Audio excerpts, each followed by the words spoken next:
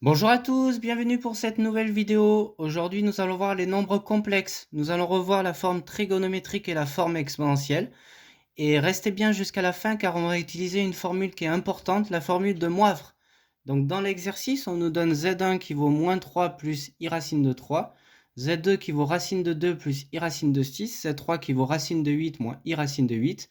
Et on nous pose grand Z qui vaut Z1 cube que multiplie Z3 puissance 4 que divise Z2 puissance 6. Dans la première question, on va nous demander de calculer, d'écrire Z1, Z2 et Z3 sous forme trigonométrique et forme exponentielle. Donc, on va commencer par Z1. Z1 vaut moins 3 plus i racine de 3. Donc la première chose à faire, ça va être de calculer le module de Z1. Donc le module de Z1, ça va être égal à racine de moins 3 au carré plus racine de 3 au carré.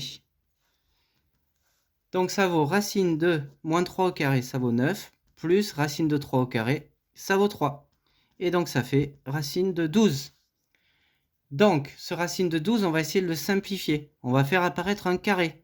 Donc la norme de Z1, ça vaut racine de 4 fois 3. Et 4, c'est le carré de 2. Donc le 2 va pouvoir sortir de la racine. Et donc la norme de Z1, ça vaudra 2 racines de 3. Maintenant, on va pouvoir écrire du coup Z1 comme étant la norme que multiplie cos θ plus i sinus θ.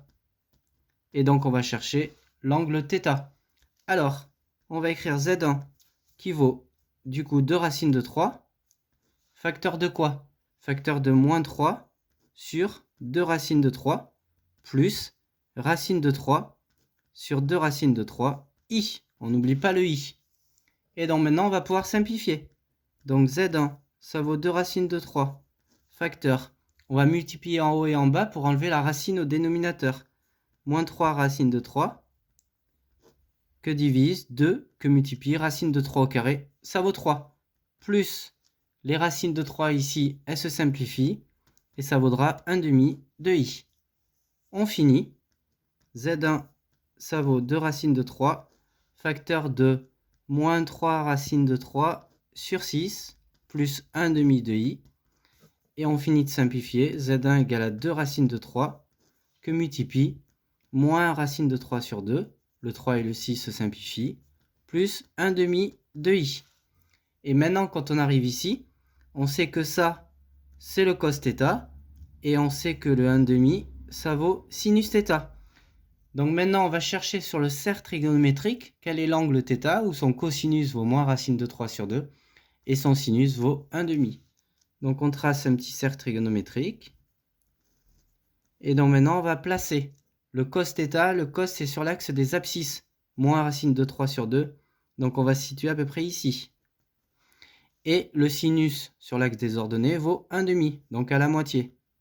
Et donc maintenant, on va chercher l'angle où son cosinus vaut 1 demi, moins et son sinus, le cosinus vaut moins racine de 3 sur 2 et son sinus vaut 1 demi, c'est cet angle-là. Donc on sait qu'on est sur des angles pi sur 6, donc 1 pi sur 6, 2 pi sur 6, 3 pi sur 6, 4 pi sur 6, donc ça sera l'angle 5 pi sur 6. Donc θ vaudra 5 pi sur 6. Donc on va pouvoir écrire Z1 comme étant 2 racines de 3 que multiplie cos 5 pi sur 6, donc les moins racines de 3 sur 2, plus i sinus 5 pi sur 6. Donc on est bien sur cos θ plus i sinus θ. Donc là, on vient d'écrire Z1 sous forme trigonométrique. Donc maintenant, on va l'écrire sous forme exponentielle. Donc c'est pareil, c'est 2 racines de 3. Maintenant, ça va être exponentielle iθ, parce que l'exponentielle reprend cette forme-là, le cos θ plus i sinus θ. Donc il suffit de regarder l'angle en fait. Exponentielle i 5 pi sur 6. Et voilà la forme exponentielle. Donc la forme trigonométrique de Z1 et la forme exponentielle avec l'exponentielle iθ. Donc on va faire pareil pour Z2. Donc Z2, ça vaut racine de 2 plus i racine de 6. Donc pareil que tout à l'heure, la méthode c'est toujours la même. On calcule la norme de Z2. C'est racine de 2 au carré plus racine de 6 au carré. Donc on simplifie. Ça va faire racine de 2 au carré, ça vaut 2. plus racine de 6 au carré, ça vaut 6. Et donc ça fait racine de 8. Et maintenant, on va essayer de faire apparaître un carré, comme tout à l'heure. Donc la norme de Z2, c'est racine de 4 fois 2. 4, c'est le carré de 2. Donc le 2 va pouvoir sortir de la racine. Ça fait 2 racines de 2. Donc Z2, on va pouvoir le factoriser par 2 racines de 2. Facteur de quoi? Racine de 2 sur 2 racines de 2, plus racine de 6 sur 2 racines de 6, sur 2 racines de 2, pardon, i. Pareil que tout à l'heure, on n'oublie pas le i. Et donc on va simplifier pour faire apparaître le θ. Les racines de 2 simplifient, ça fait 1 demi, plus racine de 6, c'est racine de 3, que multiplie racine de 2, sur 2 racines de 2, i. Et donc Z2, ça va être égal à 2 racines de 2, 1 demi, plus les racines de 2 s'en vont, racine de 3 sur 2, i. Et maintenant, comme tout à l'heure, on va chercher le θ. Ici, on a le cos, et là, on a le sin, le sinus. Donc, on fait notre petit cercle trigonométrique. Donc, le cos vaut 1 demi, donc on est ici, et le sinus vaut, racine de 3 pardon, sur 2. Donc, on va être sur un angle ici. Et donc, en fait, ça, on sait que c'est pi sur 3. Donc, Z2, on va pouvoir l'écrire 2 racines de 2, que multiplie cos pi sur 3, plus i sinus pi sur 3. Donc là, on a la forme trigonométrique. Et donc, on va faire la forme exponentielle. Donc, Z2 sera égal à 2 racines de 2, exponentielle, i pi sur 3. Voilà la forme exponentielle. Donc, maintenant, on va faire le dernier. Donc, Z3 sera égal à racine de 8 moins i racine de 8. Donc, ça, c'est Z3. Donc, on va faire pareil que tout à l'heure. La norme de Z3 sera égale à racine de 8 au carré plus moins racine de 8 au carré. Donc ça va faire racine de 8 au carré, c'est 8, plus moins racine de 8 au carré, le moins s'en va, racine de 8 au carré, c'est 8 aussi. Et donc ça fait racine de 16. Donc là, ça sera directement 4. Donc on va pouvoir factoriser Z3 par 4. 4 facteur de racine de 8 sur 4 moins racine de 8 sur 4 i. Alors, le racine de 8, on va pouvoir toujours, comme tout à l'heure, l'écrire racine de 4 fois 2. Donc racine de 4 fois 2, c'est 2 racines de 2, comme tout à l'heure, divisé par 4, moins 2 racines de 2 sur 4 i. Donc ça fait 4 facteurs. On simplifie, racine de 2 sur racine de 2, moins racine de 2 sur racine de 2, i. Et donc maintenant, on va chercher l'angle pour lequel on a le cos qui vaut racine de 2 et le sinus qui vaut moins racine de 2 sur 2. Alors, on va prendre le cercle trigonométrique ici.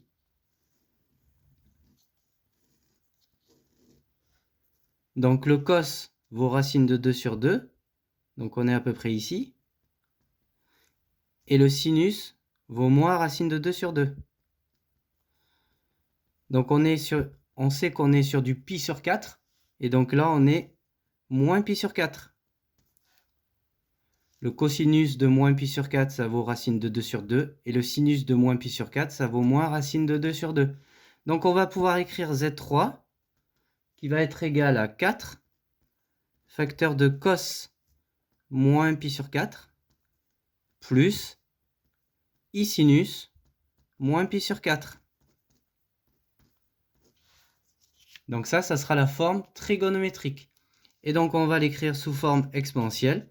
Z3 sera égal à 4 exponentielle moins i pi sur 4. Voilà. Donc là on a écrit Z1, Z2 et Z3 sous forme trigonométrique et sous forme exponentielle.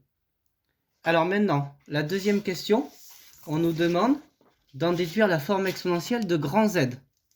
Alors, grand Z, il est égal à quoi? Il est égal à Z1 puissance 3 que multiplie Z3 puissance 4 sur Z2 puissance 6. Alors, c'est là qu'on va utiliser la formule de Moivre.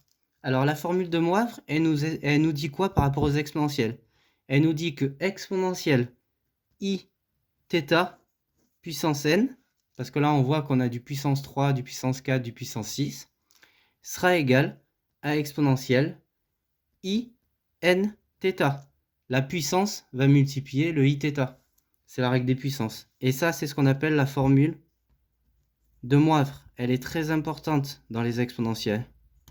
La formule de Moivre.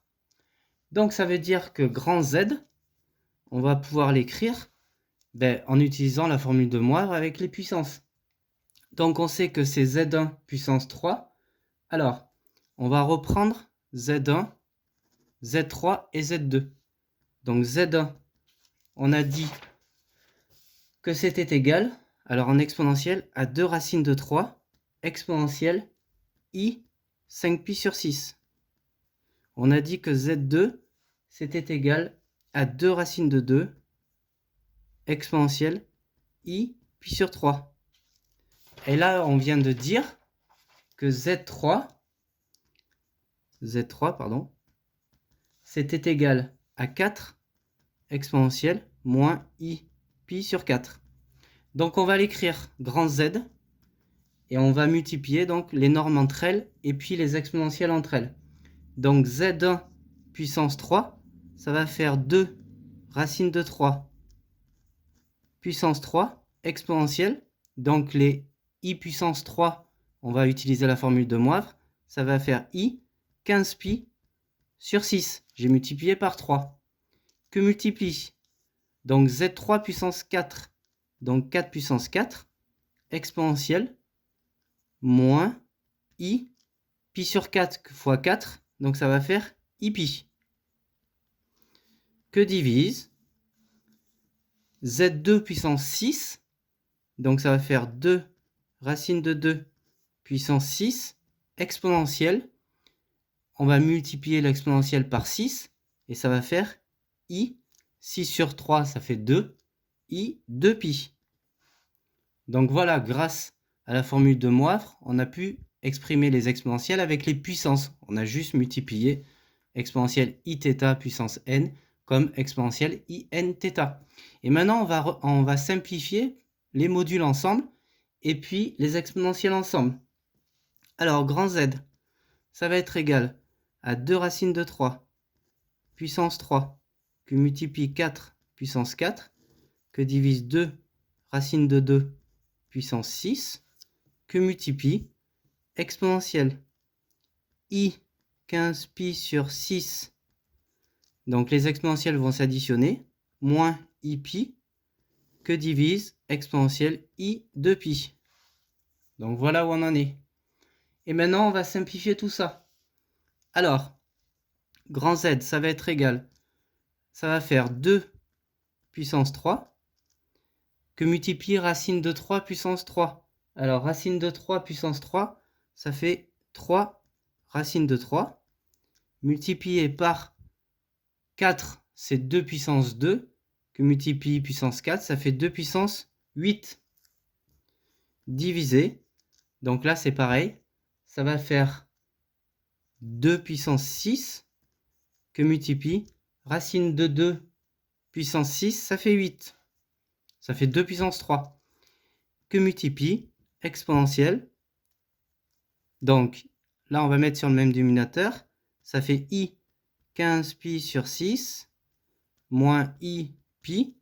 On divise par une puissance. Donc, ça veut dire qu'on les soustrait. I 2 pi. Donc, voilà la simplification. Et maintenant, on finit. Alors, ici, on va avoir 2 puissance 11, que multiplie 3 racines de 3 sur 2 puissance 6 que multiplie 8, c'est 2 puissance 3. Multiplié par exponentielle, I, on ouvre la parenthèse et on va tout mettre sur 6. Donc ça fait 15 pi sur 6, moins 6 pi sur 6 moins 12 pi sur 6. Donc z égale, maintenant on va simplifier les puissances. 2 puissance 11 divisé par 2 puissance 9. On va pouvoir tout rayer, il va rester un 2 puissance 2 ici. Que multiplie 3 racine de 3, multiplié par exponentielle i. Alors, 15 moins 6, ça fait 9. Et 9 moins 12, ça va faire moins 3.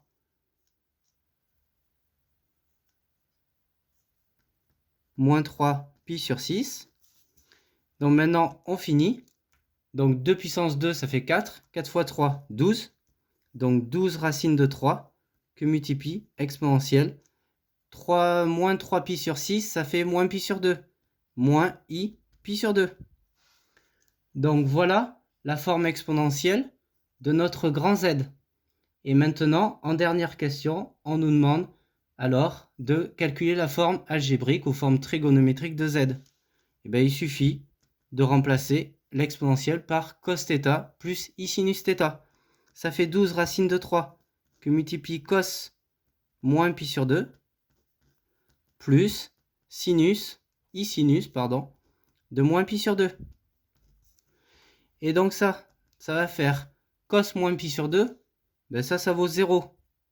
Si on reprend le cercle trigonométrique, l'angle moins pi sur 2, il est ici.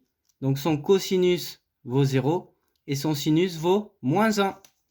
Donc ça fait 12 racine de 3 que multiplie 0 moins sinus moins pi sur 2, c'est moins 1. Donc ça fait moins i. Et donc z vaudra moins 12 racine de 3 i. Donc ça, c'est la forme algébrique ou forme trigonométrique. Donc on n'aura que selon i. Donc on a grand Z, la forme exponentielle, et ici la forme trigonométrique. Donc on a bien vu que on a pu utiliser la formule de Moivre, et heureusement qu'elle existe, pour qu'on puisse simplifier en utilisant la forme exponentielle qui est vraiment utile pour pouvoir simplifier par rapport au θ. Voilà, donc j'espère que cette vidéo vous aura plu, vous aura aidé. Continuez de vous abonner et de nous suivre, on est de plus en plus nombreux et je vous en remercie profondément. Je vous souhaite à tous une bonne journée et bon maths à tous. Merci, au revoir.